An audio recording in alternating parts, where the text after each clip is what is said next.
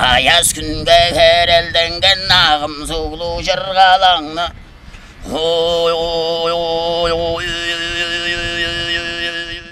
Кыргыз Республикасынын эл хомейжиси айтуучу Толчу Айдаш Барымма бүткүл дүйнөлүк эпос айтуучулардын Кыргызстанда өтүп жаткан биринчи форумунун катышуучусу. Бала кезинен өзүнүн ата-бабаларынын уламыш жомокторун тындаган эпос айтуучу көмөкөй ырды кичине кезинен эле жамактап айтып келет. Ысык көлдүн Жыргалаң айылынын кооздугуна суктанган Айдаш өз тилинде аны жамактап, мактап да кетти. Здесь жили наши предки тоже.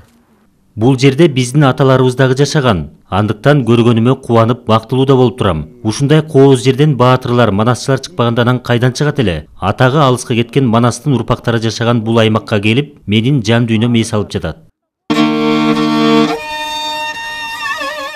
Ал эми Бурят элинде эпос айтуучуну Улигершин деп атап, аны айтардан мурун ырым-жырымдар кармалат. Айрыкча тоог оюнунда айтыла турган Бурят элдик эпостардын алдында улуттук мактал ырдалмакчы.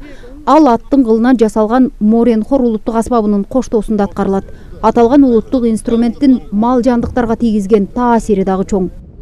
Приглашают моренхориста, и они играют. Бүгүнкү күндө деле Бурят эли мал төлдөгөн учурда күү менен аларды жайгарат. Мисалы кой козусун эмизбей койсо, бул улуттук аспапта күү ойноп берип, ургаачы малдагы сезимди ойготуп койсо болот. Мал жандыктар кадимкидей көзүнө жаш алып, баласын эмизе баштайт. Андыктан аспаптын таасири абдан күчтүү. Муну менен биздин элдер илгертен табият менен айкалышып жашаганын билсек болот. Бүткүл дүйнөлүк эпос айтуучулардын биринчи форуму Ысык көлдүн Ак Суу районундагы Жыргалаң айылында өтүп, ага түрк, моңгол тилдүү 9 улуттун жана 3 мамлекеттин өкүлдөрү катышты. Кыргыз эли дүйнө элдеринин ичинен манас өңдүү эң чоң көлөмдүү эпосту жараткан эл. Эпостарды салттуу түрдө, жандуу айтуу өнөрү бүгүнкү күнгө чейин сакталып, дүйнө жүзүн таң калтырып келет. Ошол себептен дүйнөлүк эпос айтуучулар форумун Кыргызстанда өткөрүү өтө маанилүү болуп саналууда.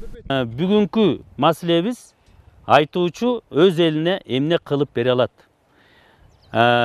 Айтуучу өз элине мурдагыдай кызмат кылып жатабы же бүгүн өзгөрдүбү? Материалдуу дүйнөнүн кулу болуп калдыбы? Же ал өзү ошо Кудай жараткан табигат берген касиети менен элин аруулап, элине дем, дух берүүгө кудурети жетеби же жетпей калдыбы деген сыяктуу маселелерди ортого салгыбыз келип атат. Эпос айтуучулардын форуму эркин диалог форматында өтүп, Жыргалаң айылындагы Тулпар таштын жанында дастан, улигер, манас жана башкалар айтылды. Азыркы ааламдашуу доорунда түрк тилдүү элдер өздөрүнүн ата тегинен бери келе жаткан каада салт, нарк насил, үрп адат өңдүү салттуу маданиятты жоготуп албоо башкы максатын көздөдү. Гүлбарчын Молдоева, Алтынбек Исаев, Асылбек Касянов, Ысык көл облусу, Ала Тоо 24.